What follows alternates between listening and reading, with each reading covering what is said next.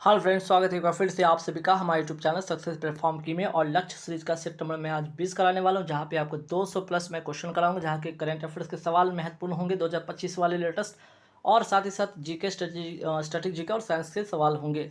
जिनको इसकी पीडीएफ चाहिए वो 150 रुपये पे करेंगे, इस नंबर पे पेमेंट करेंगे। और पेमेंट इसी नंबर पे करके पेमेंट का जो है स्क्रीनशॉट इसी नंबर पे व्हाट्सअप कर दीजिएगा। 5 से 10 मिनट में आपके व्हाट्सएप पे सारे के सारे पीडीएफ आपको मिल जाएंगे। तो जितने भी अब तक आपके 1 से लेकर 19 तक का पीडीएफ सारे के सारे आपके व्हाट्सएप पे मिलेगा। और बाकी के जो भी जीके स्ट्रेटेजी के साइंस वाले पीडीएफ मिलेगी। तो आगे चलते हैं सवाल पे। पहला सवाल, यूएसए ने ईरानी परमाणु स्थलों पर किस ऑपरेशन के तहत हवाई हमले किए हैं? तो अभी देखे होंगे आपने कि ईरान और जो इजराइल के बीच में युद्ध हुआ है, उसमें यूएसए ने ईरानी परमाणु स्थल उस पर यूएसए ने हमला किया है। और वो हमला जो है किस ऑपरेशन के तहत किया? तो आंसर होगा आपका ऑपरेशन मिडनाइट हैमर। ठीक है, वही बात करते हैं इजराइल और ईरान के बीच में जो अभी युद्ध हो रहा है, उसमें इजराइल ने ईरान पर किस ऑपरेशन के तहत अटैक किया था? तो ऑपरेशन राइजिंग लाइन। और ईरान ने भी बदले में जो अपना है ना हमला किया है इजराइल पर। ठीक है, उस पर हमला किया, वो किस ऑपरेशन के तहत किया? तो ऑपरेशन ट्रू प्रॉमिस 3 के तहत। ठीक है, तो ये तीनों सवाल महत्वपूर्ण है, ध्यान रखिएगा। वही बात करते हैं ऑपरेशन सिंधु। ऑपरेशन सिंधु की बात करें तो भारत चला था, जो ईरान में फंसे भारतीय थे उनको वहाँ से निकालने के लिए। ठीक है, वही फिर बात करते हैं भारत संयुक्त राष्ट्र बैसाख दिवस 2025 समारोह के दौरान पहली बार सारनाथ के पवित्र बुद्ध अवशेष कहाँ प्रदर्शित किया? वियतनाम में। और वियतनाम की अगर बात करें, इसकी जो कैपिटल है वो क्या है? हनोई। ये भी याद रखिएगा, हनोई इसकी राजधानी है, वियतनाम की राजधानी हनोई। तो ऑपरेशन, जितने भी ऑपरेशन है ध्यान रखिएगा। ऑपरेशन सिंधु की बात हो जाए, ऑपरेशन ट्रू प्रॉमिस की बात हो जाए, ऑपरेशन सिंदूर की भी बात हो जाए कि पाकिस्तान के विरुद्ध चला गया भारत के द्वारा, उनके जितने भी आतंकवादी ठिकाने 9 ठिकानों पर हमला किया, ताकि आतंकवादी जो वहाँ पे गतिविधि उसको ख़त्म किया जा सके। फिर बात करते हैं यहाँ पे संयुक्त राष्ट्र लोक सेवा दिवस 2025 कब मनाया जाएगा? तो 23 जून को मनाया गया। ठीक है, तो संयुक्त राष्ट्र लोक सेवा दिवस 2025 कब मनाया गया? 23 जून को मनाया गया। वही बात करते हैं ओलंपिक दिवस कब मनाया जाता है? आपका 23 जून को मनाया जाता है। क्यों मनाया जाता है? अंतर्राष्ट्रीय ओलंपिक समिति की स्थापना इसी तारीख को हुआ था, 1894 में। इस तारीख को क्या मनाया जाता है? ओलंपिक दिवस। अगर पूछ लिया जाए कि इसकी हेडक्वार्टर कहाँ है? लुसान है, स्विट्जरलैंड में है। वही बात करते हैं इस समिति के संस्थापक कौन थे? अंतर्राष्ट्रीय ओलंपिक समिति के संस्थापक थे पियर डी कुबर्टिन। ठीक, वही बात करते हैं अंतर्राष्ट्रीय ओलंपिक समिति की नई अध्यक्ष कौन बनी है? क्रिस्टी कोवेंट्री बनी है, जिम्बाब्वे की है। ये भी महत्वपूर्ण सवाल है, वेरी वेरी इंपॉर्टेंट। अब आगे बढ़ते हैं, सिविल सेवा दिवस कब मनाया जाता है? 21 अप्रैल को मनाया जाता है। 21 अप्रैल को की तो याद रखिए, सिविल सेवा को स्टील फ्रेम ऑफ इंडिया किसने कहा था? सरदार वल्लभ भाई पटेल ने कहा था 21 अप्रैल 1947 को। इसलिए इस तारीख को क्या रखा गया? सिविल सेवा दिवस मनाया जाएगा। ठीक है, विजिंगजाम। ठीक है, विजिंगजाम पोर्ट कहाँ पे है? तो ये आपका केरल में है, ये भी याद रखिएगा, इसे अभी चर्चा में रहा था, ये भी ध्यान रखिएगा। भारत की पहली एआई संचालित रियल टाइम वन चेतावनी प्रणाली किसने प्रारंभ किया? मध्य प्रदेश ने किया। वही बात करते हैं ग्लोबल प्रेस फ्रीडम इंडेक्स 2025 में भारत की रैंक है 151वीं रैंक है। ऑस्ट्रेलिया के नए प्रधानमंत्री कौन बने? दोबारा फिर से निर्वाचित हुए, फिर से पीएम बने वहाँ के, एंथनी एल्बनीज। 10वां महिला T20 विश्व कप 2026 किसकी मेजबानी में होगा? इंग्लैंड की मेजबानी में होगा। इसमें इस बार कुल टीम 12 भाग लेंगी। वही बात करते हैं 9वां महिला T20 विश्व कप 2024 का विजेता कौन था? न्यूजीलैंड। और वही बात करते हैं पुरुष वाला जो विजेता था वो भारत था। आईसीसी महिला वनडे वर्ल्ड कप 2025 कहाँ पे होगा? भारत में होगा। फिर बात करते हैं 12वां विश्व पैरा एथलेटिक्स चैंपियनशिप 2025 कहाँ होगा? नई दिल्ली में होगा। इसके ब्रांड एम्बेसडर होंगे कंगना रनौत और शुभंकर होगा विराज, जिसको एक आर्टिफिशियल जो एलिफेंट है उसको दिखाया गया विराज शुभंकर की तरह। फिर बात करते हैं पीएम मोदी ने डीआरडीओ की नई मिसाइल परीक्षण रेंज नवदुर्गा की आधारशिला कहाँ रखी? आंध्र प्रदेश में। वर्ष 2024-25 के लिए सर्वश्रेष्ठ महिला फुटबॉलर ऑफ द ईयर का खिताब किसे मिला है? तो महिला वाला याद रखिएगा, यहाँ पे महिला की बात कर ले तो सौम्या गुगलू लोथ। ठीक है, गुगू लोथ है। और वही बात करते हैं पुरुष वाला की बात कर ले तो पुरुष में अगर बात करें फुटबॉलर ऑफ द ईयर किसे मिला है? तो सुभाषिस बोस को। चलिए, भारत की पहली जीनोम संपादित किस्म डीआरडीओ 100 कमला। ठीक है, कमला और मारू तेरू 1010 का संबंध किससे? तो इसका संबंध है आपका चावल से। भारत के केंद्रीय कृषि मंत्री कौन है? आपके शिवराज सिंह चौहान है। पेंशन फंड नियामक और विकास प्राधिकरण। ठीक है, pension fund regulatory development authority की बात करें, इसके नए जो अध्यक्ष बने हैं, जो इसके अध्यक्ष बने वो कौन है आपके, शिव सुब्रमण्यम रमन बने हैं, शिव सुब्रमण्यम रमन बने, याद रखिएगा। अगर पूछा जाए कि इसका, अगर इसका PFRDA की अगर बात करें स्थापना कब होता है, 2003 में होता है। 2013 का अधिनियम के तहत इसको 2014 में एक लीगल बॉडी इसको बनाया जाता है। वही बात करते हैं RBI के वर्तमान गवर्नर कौन है, संजय मल्होत्रा है, 26वें गवर्नर है। और भारत के जो वर्तमान CAG कौन है, के संजय मूर्ति हैं। भारत के 52वें जो मुख्य न्यायाधीश कौन में, BR गवई बने हैं। भारत के वर्तमान मुख्य चुनाव आयुक्त कौन बने, ज्ञानेश कुमार, 26वें क्रम के हैं। वही बात करते हैं बगलिहार बांध किस नदी पे, तो चेनाब नदी पे है। वही बात करते हैं 72वीं मिस वर्ल्ड 2025 के विजेता कौन है, तो बात करते हैं यहाँ पे ओपन सुचाता चुआंगसरी थाईलैंड की है, ये इस बार के विजेता हैं। और इसका अगर पूछ लिया जाए आयोजन कहाँ हुआ था, तो आपका हैदराबाद में इसका आयोजन हुआ था, हैदराबाद में, ठीक है। अब आइए महत्वपूर्ण और एक सवाल पे नजर डालते हैं कि ऑस्ट्रेलियन ओपन 2025 की बात करते हैं। पुरुष एकल विजेता कौन है, जैनिक सिनर, इटली के हैं। महिला एकल विजेता मेडिसिन की, जो कि USA के हैं। वही बात करें फ्रेंच ओपन 2025 के विजेता कौन है, पुरुष एकल विजेता कार्लोस अल्काराज स्पेन के हैं। महिला एकल विजेता कोको गॉफ हैं, जो कि आपके USA के हैं। 7वां खेलो इंडिया यूथ गेम्स, ठीक है, 2025 का आयोजन कहाँ हुआ है, बिहार में हुआ है। शुभंकर गजसिम्हा है, ठीक है। और पदक तालिका में अगर बात कर लीजिए पहले स्थान पे कौन है, महाराष्ट्र। कितना टोटल मेडल इसने जीता है, 158 मेडल के साथ पहले स्थान पे रहा है महाराष्ट्र। वही बात करते हैं बिहार में ही आयोजन हुआ, ठीक है, बिहार में इसका आयोजन होता है। लेकिन बिहार की अगर बात करिए किसने कौन से स्थान पे रहा, तो 15वें स्थान पे रहा, जिसमें 7 गोल्ड, 11 सिल्वर और 18 ब्रॉन्ज के साथ 36 मेडल के साथ भारत, जो बिहार है, इस खेल प्रतियोगिता में 15वें स्थान पर रहा है। भारतीय दल ने थाईलैंड एशियाई पैरा बैडमिंटन चैंपियनशिप 2025 में कुल कितने पदक जीता है, 27 पदक इसमें जीता है, जिसमें कि 4 गोल्ड, 10 सिल्वर, 13 ब्रॉन्ज। 4 गोल्ड में 13 गोल्ड तो आपको नीतीश कुमार जीते हैं, वही 1 गोल्ड मनीषा रामदास जीती है, ठीक है, मनीषा रामदास जीती है, ये भी याद रखिएगा।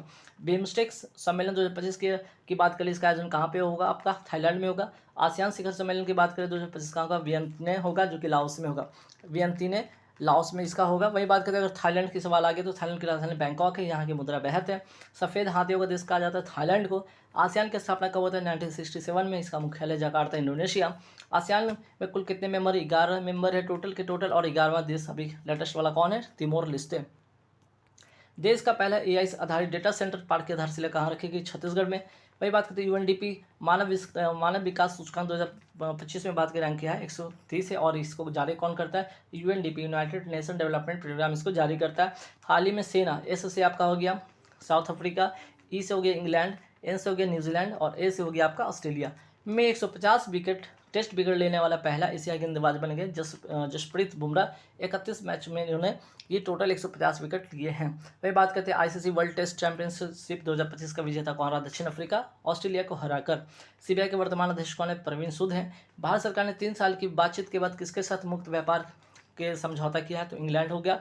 ऑपरेशन गाइडेंस चैरियट्स किसने शुरू किया, इजराइल ने किया है, और किसी जो हमास की गाजा पट्टी को समाप्त करने के लिए, ठीक है। आगे बढ़ेंगे सवाल पे कि केंद्र सरकार ने वन नेशन वन टाइम के तहत भारतीय मानक समय के अनिवार्य उपयोग की घोषणा की। इसका संबंध किससे है, तो 82.5 डिग्री पूर्वी देशांतर इसका आंसर होगा। वही बात करते हैं 82.5 पूर्वी देशांतर रेखा कहाँ से निकलती है, मिर्जापुर इलाहाबाद उत्तर प्रदेश से। वही बात करते हैं ये जो रेखा है कितने राज्यों से गुजरती है, 5 राज्यों से गुजरती है, आंध्र प्रदेश, मध्य प्रदेश, छत्तीसगढ़, उत्तर प्रदेश, उड़ीसा, ठीक है। भारतीय नौसेना ने उथले पानी का पहला पनडुब्बी रोधी जहाज भारतीय सेना का उथले पानी का पहला पनडुब्बी रोधी जहाज कौन सा, आपका INS अरनाला है। ऑपरेशन संकल्प कहाँ चलाया गया, तो छत्तीसगढ़ में।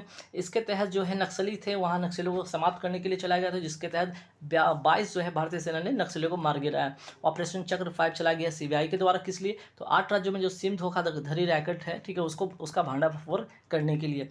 वर्ष 2025 से लेकर 35 को किसने हाइड्रो पावर का दशक घोषित किया है, तो आपका आंसर होगा अरुणाचल प्रदेश, और यहाँ के वर्तमान मुख्यमंत्री कौन है, पेमा खांडू। महिला किसान वर्ष घोषित किया है, वर्ष 2026 को महिला किसान वर्ष घोषित किया गया। सौर ऊर्जा से संचालित देश की पहली विधानसभा कौन सी, आपकी दिल्ली हो गई है। केंद्र सरकार ने प्रवेश परीक्षाओं कोचिंग सेंटरों पर निर्भरता की समीक्षा के लिए किसकी अध्यक्षता में पैनल गठन किया है, Vineet Joshi panel. Operation Keller किसने चलाया, भारतीय सेना ने चलाया, किस लिए, तो जम्मू कश्मीर में आतंकवादियों को सफाया करने के लिए।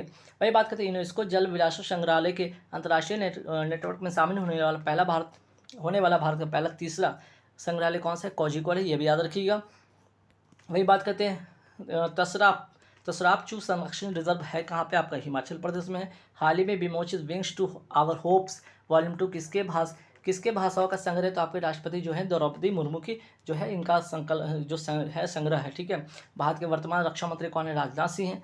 पहला आयुर्वेद दिवस 2025 में कब मनेगा, तो आपका 23 सितंबर को मनेगा। पहली बार ये मनने जा रहा है, पहला आयुर्वेद दिवस, ठीक है। चक्रवात की बात करें कि चक्रवात शक्ति की बात करें, इसका नामकरण किसने किया, श्रीलंका ने किया।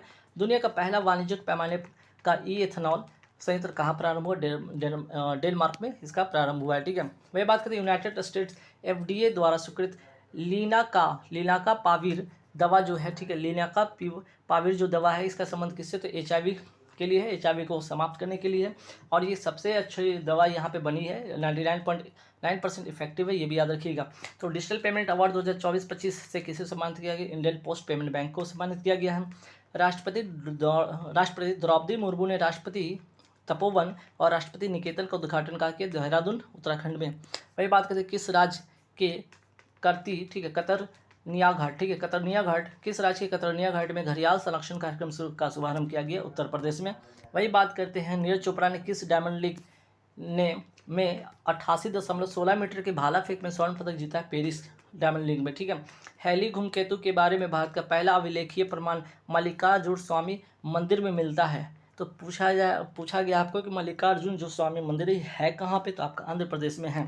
प्रोजेक्ट 17 जो है 17A स्टील्थ फ्रिगेट में से पहले INS नीलगिरी का कहाँ तैनात किया गया है, विशाखापट्टनम, आंध्र प्रदेश में। आगे बढ़ेंगे सवाल पे कि विश्व स्वास्थ्य सभा ने पहली बार किसे वैश्विक सार्वजनिक स्वास्थ्य प्राथमिक में शामिल किया है, तो त्वचा रोग को शामिल किया गया। हाल ही में 3 लाख से अधिक प्रतिभागियों ने एक साथ योग करके कहाँ गिनीज वर्ल्ड ऑफ रिकॉर्ड बनाया है, तो विशाखापट्टनम, आंध्र प्रदेश में, याद रखिएगा। और 21 जून की तारीख होता है जो कि आपका विश्व योगा दिवस मनाया जाता है। आगे बढ़ेंगे सवाल पे कि मांझी वसुंधरा 6.0 पहल किसने शुरू किया, महाराष्ट्र ने शुरू किया है।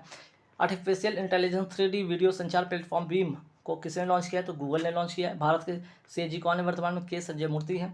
मझगांव डॉक शिप लिमिटेड कहाँ स्थित है, आपका मुंबई में। गार्डन रिच शिप लिमिटेड कहाँ स्थित है, कोलकाता में। भारत का पहला स्वदेशी न्यूक्लियर सबमरीन का नाम क्या, INS अरिहंत। और लेटेस्ट वाला आपका जो सेकंड नंबर का वो INS अरिघात है। भारत का पहला सर्वेक्षण पोत INS संध्याक था। और सेकंड जो लेटेस्ट वाला आपका INS निर्देशक जो कि विशाखापट्टनम में इसको कमीशन किया गया है। वही बात करते हैं किस राज्य के घुरमारस गांव को सर्वश्रेष्ठ पर्यटन गांव घोषित किया है, छत्तीसगढ़ को। वैश्विक जलवायु प्रदर्शन सूचकांक 2025 में भारत की रैंक आपकी होगी 10वीं। वही बात करते हैं ग्लोबल लाइबिलिटी इंडेक्स 2025 में शीर्ष स्थान पे कौन रहा है, कोपेनहेगन जो कि डेनमार्क की राजधानी है। और अंतिम पे रहा 10वीं जो कि सीरिया का जो है एक शहर है, ठीक है। बात करते हैं डेनमार्क किस प्रायद्वीप पर बसा है, तो जटलैंड प्रायद्वीप पे है। ओपेक की बात करें, इसका मुख्यालय है कहाँ, वियना, ऑस्ट्रिया में। ऑस्ट्रिया की राजधानी वियना। ओपेक की स्थापना कब होता है, 1960 में होता है। Organization of Petroleum Exporting Countries इसका फुल फॉर्म होता है ओपेक का। वही बात करें वियना शहर किस नदी के किनारे स्थित है, डेन्यूब नदी पे। और डेन्यूब नदी को क्या कहा जाता है, ग्रीन रिवर कहा जाता है। फिर बात करते हैं वाल्टनर कप, ठीक है। वाल्टनर कप का संबंध किस खेल से, टेबल टेनिस से। पुनः परियोजना रॉकेट का सफल परीक्षण करने वाली गैर अमेरिकी तथा गैर चीनी कंपनी कौन सा है, होंडा जो कि जापान की कंपनी है। इसरो ने मॉडल रॉकेट का टेस्टिंग कहाँ किया है, हाल ही में, तो कुशीनगर, उत्तर प्रदेश में। कैंसर के लिए mRNA टीका किसने विकसित किया, रूस ने किया है। केंद्र सरकार ने सिकल सेल रोग की दवा विकसित करने के लिए किसके नाम पर 10 करोड़ रुपए का पुरस्कार प्रारंभ करने की घोषणा किया, भगवान बिरसा मुंडा के। और अगर पूछा जाए कि विश्व सिकल सेल दिवस कब मनाया जाता है, 19 जून को। और एक प्रकार का अनुवांशिक रोग है ये, और ये रक्त विकार ये है, ठीक है। इसका उन्मूलन जो लक्ष्य रखा है भारत कब का रखा है, वर्ष 2047, ठीक। तो गाइस यहाँ पे पूरे के पूरे आपको मैंने 101 करंट अफेयर्स मैंने बताया। अब आगे बढ़ेंगे तो देखेंगे कि आपका जो स्ट्रेटेजी के साइंस वाला पोर्शन है। और आगे बढ़ने से पहले फिर से मैं बोल देता हूँ, जिनको इसकी PDF चाहिए लक्ष्य सीरीज का 150 रुपये पे करेंगे इस नंबर पे।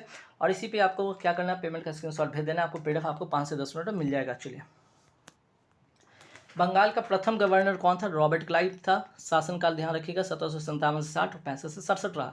बंगाल में द्वैध शासन की व्यवस्था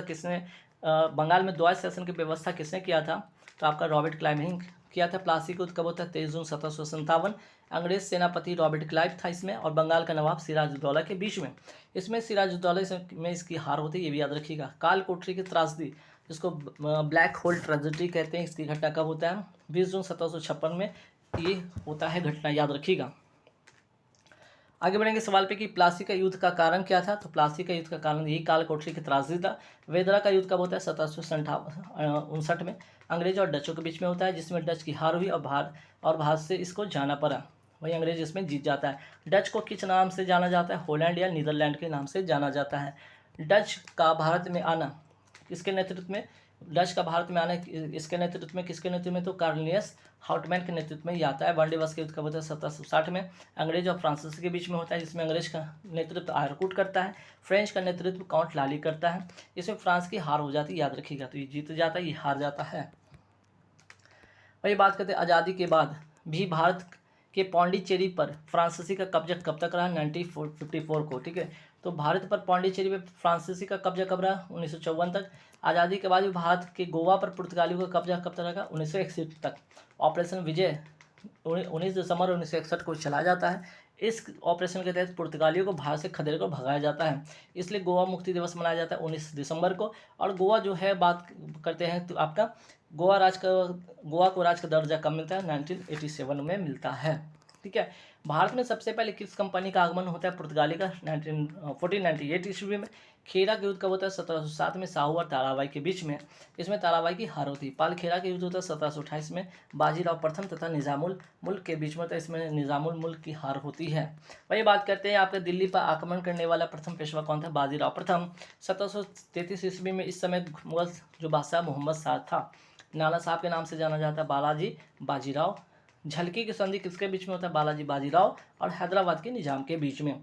पानीपत का तीसरा युद्ध कब होता है? 14 जनवरी 1761 में। अफगान आक्रमणकारी MS अब्दाली तथा मराठा के बीच में होता है।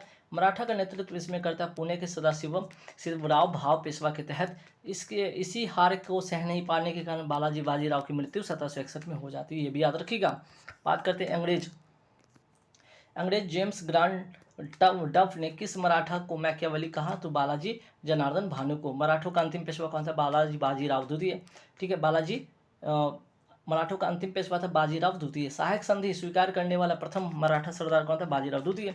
अंग्रेज तथा मराठा के बीच पुरंदर की संधि कब होती है? 1776 ईस्वी में। इंग्लैंड की रानी एलिजाबेथ फर्स्ट ने ईस्ट इंडिया कंपनी को अधिकार पत्र प्रदान किया, कब? तो 31 दिसंबर 1600 ईस्वी में। हालांकि इस समय कंपनी का नाम ईस्ट इंडिया कंपनी नहीं हुआ करता था, याद रखिएगा। 1833 के चार्टर एक्ट के तहत इसका नाम ईस्ट इंडिया कंपनी होता है। तो इंग्लैंड की रानी एलिजाबेथ प्रथम ने ईस्ट इंडिया कंपनी को अधिकार पत्र दिया था, तारीख याद रखिएगा। आगे बढ़ेंगे सवाल पे कि जिस समय अंग्रेज कंपनी की स्थापना हुआ था, उसमें भारत का शासक कौन था? अकबर था। ईस्ट इंडिया कंपनी की स्थापना किस एक्ट से होता है? 1833 के चार्टर एक्ट के तहत होता है, ठीक है। वही बात करते हैं पूर्वी तट पर अंग्रेजों ने अपना प्रथम व्यापारिक कोठी कहाँ बनवाया था? मसूलीपट्टनम 1611 में। पहली बार सूरत में 1608 में प्रयास किया था, लेकिन जहांगीर ने इसे रोक लगा दिया था इस पर, ठीक है। वही बात करते हैं पश्चिमी तट पर अंग्रेजों ने दूसरा व्यापारिक कोठी कहाँ बनाया? सूरत में 1613 ईस्वी में। डचों ने भारत में अपनी प्रथम व्यापारिक कोठी कहाँ बनाया? मसूलीपट्टनम 1605 में, दूसरी पुलिकट में। पुर्तगालियों ने भारत में अपनी पहली प्रथम व्यापारिक कोठी कहाँ बनाया? कोची केरल में 1503 ईस्वी में। फ्रांसीसियों ने भारत में अपनी प्रथम जो व्यापारिक कोठी कहाँ बनाया? सूरत में 1668 ईस्वी में। भारत में कंपनी का आगमन, ठीक है। भारत में कंपनी का आगमन क्रम क्या है? तो सबसे पहले पुर्तगाली आए, फिर डच आए, फिर अंग्रेज आए, फिर फ्रेंच आए, फिर स्वीडिश आए, ठीक है। इस तरह से याद रखिएगा। तो अंग्रेज 1600 में, डच 1595 में, पुर्तगाली 1498 में, ठीक है। भारत में कंपनी का जो स्थापना क्रम क्या है? तो सबसे पहले देखिए यहाँ पे, सबसे पहले अगर बात करें कंपनी का स्थापना होता है तो पुर्तगाली पहले, फिर अंग्रेज, फिर डच, फिर फ्रांसीसी, ठीक है। आगे बढ़ेंगे सवाल पे कि, और हाँ तारीख भी याद रखिएगा। चलिए नेक्स्ट सवाल पे आते हैं कि मुगल दरबार में जाने वाला प्रथम अंग्रेज कौन था? तो कैप्टन हॉकिंस था। जेम्स प्रथम का ये राजदूत था। चला था 1608 में अकबर के दरबार में आने के लिए, लेकिन पहुंचा जहांगीर के दरबार में, क्योंकि 1605 में होता क्या? अकबर की मृत्यु हो जाती है। इसमें भारत का शासक जहांगीर था, ठीक है। चलिए आगे सवाल पे आते हैं। सर टॉमस रो, जिसको जेम्स प्रथम का ये राजदूत था, किसके दरबार में आया था? जहांगीर के दरबार में आया था। पुर्तगाल का प्रथम वायसराय कौन था? फ्रांसो द अल्मीडा था, ठीक है। पुर्तगाल का प्रथम वायसराय कौन था? फ्रांसो द अल्मीडा। इसी ने ब्लू वाटर पॉलिसी लाया था। वेरी वेरी इंपॉर्टेंट सवाल है, पूछा गया सवाल है। पुर्तगाल का प्रथम वायसराय कौन था? फ्रांसो द अल्मीडा। किसने गोवा को पुर्तगालियों के कब्जे में लाया? अल्बुकर्क ने लाया था। गोवा को राजधानी के रूप में किससे बनाया? ठीक है, तो राजधानी बनाया था नीनो डी कोना, ठीक है, और कब्जा में लाया अल्बुकर्क। भारत में प्रिंटिंग प्रेस की शुरुआत किसने किया था? पुर्तगालियों ने किया था। अब आते कर्नाटक युद्ध देखते हैं। अंग्रेज और फ्रांस का जो ये युद्ध होता है, कर्नाटक का प्रथम युद्ध होता है 1746 से 48 के बीच में, ऑस्ट्रिया के उत्तराधिकार के लिए, जिसमें कि आपका एला शापेल की संधि होती है। इसके बाद 1748 में, ठीक है। फिर कर्नाटक का दूसरा युद्ध होता है 1759 से 54 के बीच में होता है। फिर इसमें कौन सी संधि होती है, हैदराबाद और कर्नाटक का उत्तराधिकार होता है, ये भी याद रखिएगा। फिर बात करते हैं इसमें क्या होता है, पांडिचेरी की संधि होती है, ठीक है। तो कर्नाटक का जो दूसरा युद्ध होता है, ठीक है, ये दूसरा युद्ध होता है किस संधि से समाप्त होता है, आपका पांडिचेरी की संधि 1755 में, इसके तहत ही समाप्त होता है। फिर बात करते हैं कर्नाटक का तीसरा युद्ध, ये कब होता है, 1756 से 63 ईस्वी में। इसे सप्तवर्षीय युद्ध भी कहा जाता है, जो यूरोप में हुआ था, और इसकी समाप्ति होती है पेरिस की संधि से समाप्त होता है 1763 में। किस कर्नाटक युद्ध के दौरान सेंट थॉम का युद्ध होता है, आपका प्रथम कर्नाटक युद्ध के बीच में होता है फ्रांसीसी तथा अंग्रेज के बीच। इसमें फ्रांसीसियों से 6 मद्रास जो है, इसमें फ्रांसीसियों से मद्रास छीन लिया गया, ये भी याद रखिएगा। फिर बात करते हैं घृणित कायर किसको कहा जाता था, फर्कसुयर को कहा जाता था। साहेब वेखबर कहा जाता था बहादुर शाह प्रथम को, इसका मूल नाम मुअज्जम था। लंपट मुर्ख कहा जाता था जहांदार शाह को। रंगीला बादशाह मोहम्मद शाह को। राजा राम मोहन राय को राजा की उपाधि किसने दिया था, अकबर द्वितीय ने दिया था। नादिर शाह जो कि ईरानी था, ने भारत पर आक्रमण कब किया था, 1739 में ये किया था, ये भी याद रखिएगा। फिर बात करते हैं नादिर शाह के आक्रमण के समय भारत का मुगल शासक कौन था, मोहम्मद शाह था। और वह शासक जो अंतिम बार मयूर सिंहासन पर बैठा, ये मोहम्मद शाही था। उत्तर मुगल शासन के दौरान किसे शासक निर्माता के नाम से जाना जाता था, सैयद बंधु के नाम से जाना जाता था, जो कि 2 भाई थे, अब्दुल्ला खां और हुसैन खां, जिन्हें सैयद बंधु के नाम से जाना जाता है। सैयद जो थे बंधु को किसने मरवाया, मोहम्मद शाह ने मरवाया था, ये भी याद रखिएगा। आगे बढ़ेंगे सवाल पे कि मयूर सिंहासन को किसने बनवाया था, शाहजहां ने बनवाया था। ईस्ट इंडिया कंपनी पर संसदीय नियंत्रण होता कब है, 1773 के रेगुलेटिंग एक्ट से। बंगाल का गवर्नर, ठीक है, अब गवर्नर जनरल कहलाया 1773 के रेगुलेटिंग एक्ट के तहत ही होता है। बंगाल का प्रथम गवर्नर कौन था, रॉबर्ट क्लाइव। बंगाल का प्रथम गवर्नर जनरल कौन था, वारन हेस्टिंग था। 1833 का चार्टर्ड एक्ट आता है, इसके तहत जो बंगाल का गवर्नर था, ठीक है, अभी जो बंगाल का आपने देखा गवर्नर था, जो आपका गवर्नर जनरल था, ठीक है, बंगाल का गवर्नर जनरल था, अब वो भारत का गवर्नर जनरल कहला गया, ठीक है। और भारत का प्रथम गवर्नर जनरल बना आपका विलियम बेंटिक 1858 का अधिनियम के तहत। इसके तहत भारत का गवर्नर जनरल अब क्या होता है, भारत का वायसराय कहलाया। भारत का प्रथम वायसराय था कैनिंग। स्वतंत्र भारत का प्रथम गवर्नर जनरल कौन बना, माउंटबेटन, जो कि 1947 से 48 के बीच में रहता है। फिर बात करते हैं स्वतंत्र भारत का प्रथम भारतीय गवर्नर जनरल कौन बने, सी राजगोपालाचारी, 48 से 50 के बीच में।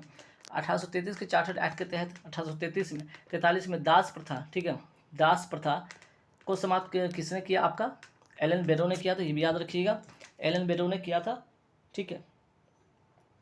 फिर बात करते हैं आगे 1784 पिट्स इंडिया एक्ट, इसके तहत जो बोर्ड ऑफ कंट्रोल की स्थापना होता है, किस वायसराय के अधीन भारतीय परिषद अधिनियम को पारित किया गया था, लॉर्ड लैंसडाउन के तहत, ठीक है। तो भारतीय परिषद अधिनियम को पारित किया गया था किसके समय, तो लॉर्ड लैंसडाउन के तहत। सांप्रदायिक निर्वाचन जो क्षेत्र का जनक कहा जाता है, लॉर्ड मिंटो को, 1919 की बात है।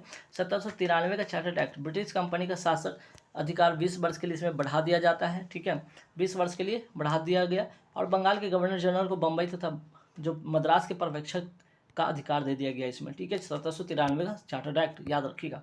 फिर बात करते हैं 1813 का चार्टर्ड एक्ट, ब्रिटिश कंपनी का शासन अधिकार पुनः 20 वर्ष के लिए इसमें बढ़ा दिया गया।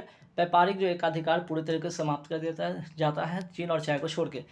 फिर उसके बाद देखते हैं यहाँ पे कि 1833 का फिर से चार्टर्ड एक्ट आता है, ब्रिटिश कंपनी का शासन पुनः एक बार 20 वर्ष के लिए बढ़ाया जाता है, लेकिन इस बार जो व्यापारिक अधिकार था, एकाधिकार था, पूर्णतः समाप्त हो जाता है चीन और चाय के साथ ही। और बंगाल का गवर्नर जनरल को अब भारत का गवर्नर जनरल कहा जाने लगा। अब आते हैं वारेन हेस्टिंग के बारे में बात करते हैं। यहाँ पे बंगाल का ये पहला गवर्नर जनरल तथा अंतिम गवर्नर था, ये भी याद रखिएगा। बंगाल में द्वैध शासन व्यवस्था कब समाप्त होता है, 1772 ईस्वी में।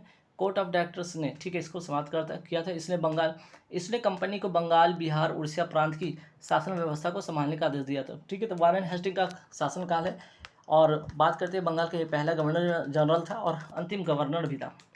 फिर बात करते द्वैध शासन को इसने ही समाप्त किया था, वारेन हेस्टिंग ने किया था, ठीक है। फिर आगे बढ़ते हैं, बंगाल में द्वैध शासन को लागू किसने किया था, रॉबर्ट क्लाइव ने किया था और वारेन हेस्टिंग ने इसको समाप्त किया था। दोनों बात ध्यान रखिएगा। द्वैध शासन व्यवस्था क्या है, इसके तहत राजस्व वसूल ने सैनिक संरक्षण तथा विदेशी मामले कंपनी के अधीन थे, जबकि शासन चलाने की जिम्मेवारी नवाबों के हाथ में था, ठीक है। वारेन हेस्टिंग ने कलकत्ता में मुस्लिम शिक्षा के विकास के लिए प्रथम मदरसा कब स्थापित किया था, 1781 में। बनारस में संस्कृत विद्यालय की स्थापना कब होता है, 1782 में, जोनाथन डंकन के द्वारा। गीता का अंग्रेजी अनुवादकार कौन थे, तो विलियम्स बिलिंगटन चार्ल्स, ठीक है, याद रखिएगा। फिर बात करते हैं आपको एशियाटिक सोसाइटी ऑफ बंगाल की स्थापना कब होता है, 1784 में। विलियम जोन्स के द्वारा। भारत का पहला समाचार पत्र द बंगाल गजट का प्रकाशन किसने किया? जेम्स ऑगस्टन हिक्की ने 1780 में। कोलकाता में उच्चतम न्यायालय की स्थापना कब होता है? 1774 ईस्वी में, 1773 के रेगुलेटिंग एक्ट के तहत। अब बात करते हैं प्रथम आंग्ल मराठा युद्ध कब होता है? 1775 से 82 के बीच में। प्रथम आंग्ल मराठा युद्ध समाप्त होता है सराय की संधि से 1782 में। द्वितीय आंग्ल मैसूर युद्ध होता है 1780 से 1784 के बीच में। द्वितीय आंग्ल मैसूर युद्ध समाप्त होता है मंगलौर की संधि में 1784 में। बोर्ड ऑफ रेवेन्यू की स्थापना किसके शासनकाल में होता है? वारेन हेस्टिंग के। गिरिया का युद्ध कब होता है? 1740 में। सरफराज खां को मारकर बिहार के सर सूबेदार अलीवर्दी खां बंगाल का इसमें नवाब बनता है। फिर बात करते हैं संगोला की संधि कब होता है? 1750 में। पेशवा तथा राजाराम दो के बीच में होता है, जिसके तहत सारी अहम शक्तियां पेशवा के दिन हो गया और राजाराम टू नाम मात्र का छत्रपति या राजा बन गया। छत्रपति का मतलब यहाँ पे राजा होता था। सुगौली की संधि 1816 में होता है, अंग्रेज और गोरखा के बीच में होता है। इसी के साथ आंग्ल नेपाल जो होता है युद्ध का अंत होता है। ठीक है, याद रखिए। अमृतसर की संधि कब होता है? 1809 में होता है। चार्ल्स जो मेटकॉफ तथा महाराजा रणजीत सिंह के बीच में होता है। फिर बात करते हैं सुकर चकिया मिसल के राजा कौन थे? महाराजा रणजीत सिंह थे। गुरुमुखी लिपि का आरंभ किसने किया था? गुरु अंगद ने किया था, सिखों के दूसरे गुरु। गुरुमुखी लिपि का आरंभ किसने किया था? गुरु अंगद, सिखों के दूसरे गुरु। हिंदुओं से अलग विवाह पद्धति लवन को प्रचलित किसने किया था? गुरु अमरदास, जो कि गुरु सिखों के तीसरे गुरु थे। अमृतसर नगर की स्थापना तथा अमृतसर नामक जलाशय किसने खुदवाया था? गुरु रामदास ने, सिखों के चौथे गुरु। अमृतसर जलाशय के मध्य में हरमंदिर साहिब का निर्माण किसने कराया था? गुरु अर्जुन देव ने, सिखों के पांचवें गुरु।